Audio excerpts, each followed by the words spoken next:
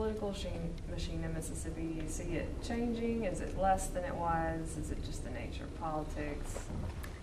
Yeah, I wouldn't characterize it as a machine. Machine's a little bit different from an organization. A machine is, a good example of machines in Chicago where you literally have, it's almost like an army that you've got pecking orders, and you've got the ward captains and the precinct captains, and they're rewarded with public jobs and that sort of thing. So it's a machine. It operates like a military unit. Mississippi, it's looser. It's a kind of a loose confederation of interest. It's the dominant organization, I would argue, was the old Eastland organization that really controlled the state's politics for 30 or 40 years, and then it was more or less inherited by Trent Lott.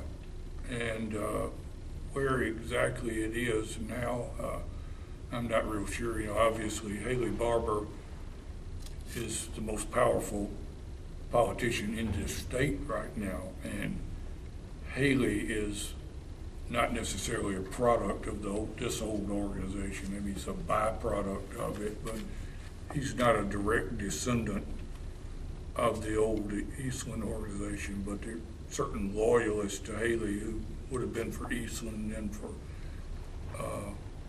then for Trent. So it's not easy to get your hands around it because some of the people really operate like P.L. Blake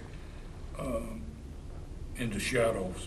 A lot of these people, you don't know who they are, but there are people in every courthouse or in every town, every county seat that the guy who's kind of in charge of the organization knows they can go to get favors done or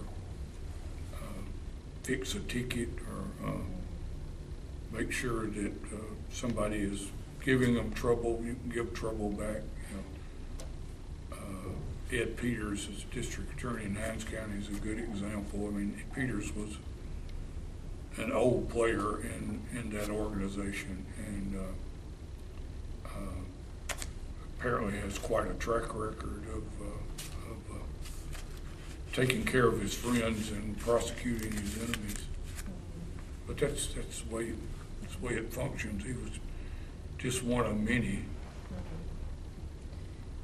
Since you mentioned Haley, and you said you've known Haley Barbour since 6th grade. Is that correct? Yeah, I would guess. I don't know for sure. I think Haley's, you'd have to subtract his age from mine and figure out what grade, but from the time I was a freshman at Ole Miss, Haley was coming up and hanging out on football weekends with his big brother, who was a classmate of mine.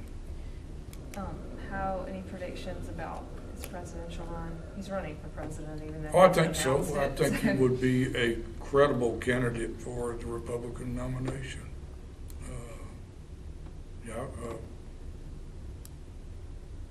think he's been a major player in the National Republican Party for a number of years. Got a lot of contacts, and he's got a record as governor here that probably would please most Republicans. They like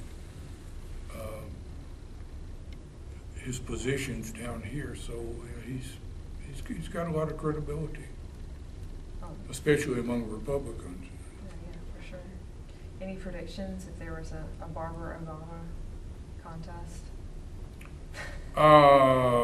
Lord, no, I certainly don't have any predictions. I would just say that one thing I learned down through the years as a political reporter is don't underestimate anybody.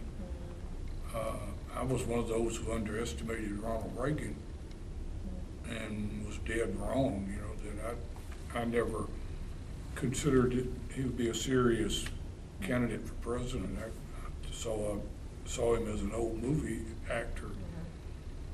And boy, was I proven wrong. So, no, I sure wouldn't go out on a limb and make any kind of bold prediction on that.